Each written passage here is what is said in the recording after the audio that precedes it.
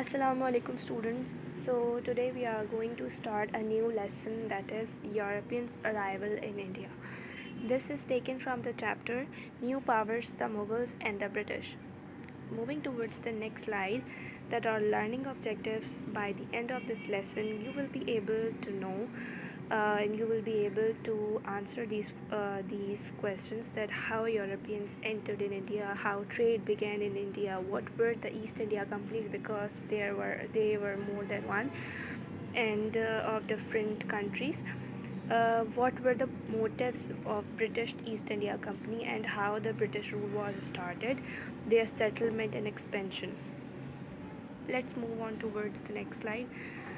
Okay, now who was King Manuel? Now let's step back in a time a little to look at the developments in trade with the Europeans during Mughal times. In the second half of the 16th century, during the lifetime of Akbar, Europe was developing rapidly. King Manuel wanted to know the sea routes to India, and he sent Vasco da Gama. And King Manuel basically was the king of Portuguese. He sent Vasco da Gama to let him know about the sea routes for the trade. The discovery of routes extended the trade with the subcontinent. After King Manuel, Dutch people, the trade with Dutch was also increased, and gradually the Dutch built up their navy and were able to create a powerful trade in spices from the East Indies, southern India, where they traded in pepper and cardamoms, and in Sri Lanka. Okay, after Dutch, who came were the British. It was a time when good Queen Bess, Queen Elizabeth, was ruling over the British. She was famous for her clothes. She had more than 3,000 dresses made up of expensive fabrics and studded with precious stones. She was a very clever woman, and she was highly intelligent and skilled. The Queen Elizabeth of England gave permission to merchants to set up a British East India Company. How many East India companies were there? Chartered with India, following were the main European companies formed in India. The first one was the British East India Company, Portuguese East India Company, and Dutch East India Company. How the British East India Company was formed? British East India Company was the name of was formed by the British, as we have already learned in the previous slide, under Queen Elizabeth. Queen Elizabeth gave permission. Their expansion in India increased with the passage of time. They started growing.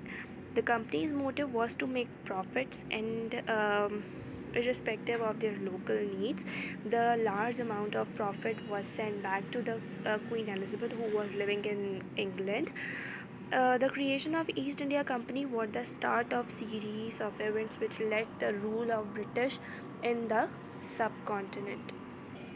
The British East India Company was only wanted to do the trade with in the subcontinent, chartered with India, and they were mainly focused towards the trade. But by the passage of time and with their expansion, they hired their own soldiers. Moving towards the next slide, it will be taught in the next slide. So in this slide you can see this settlement of different East India companies. For example, mainly the European countries were Portuguese settlement, English settlement, French settlement, Dutch settlements, and Danish settlements.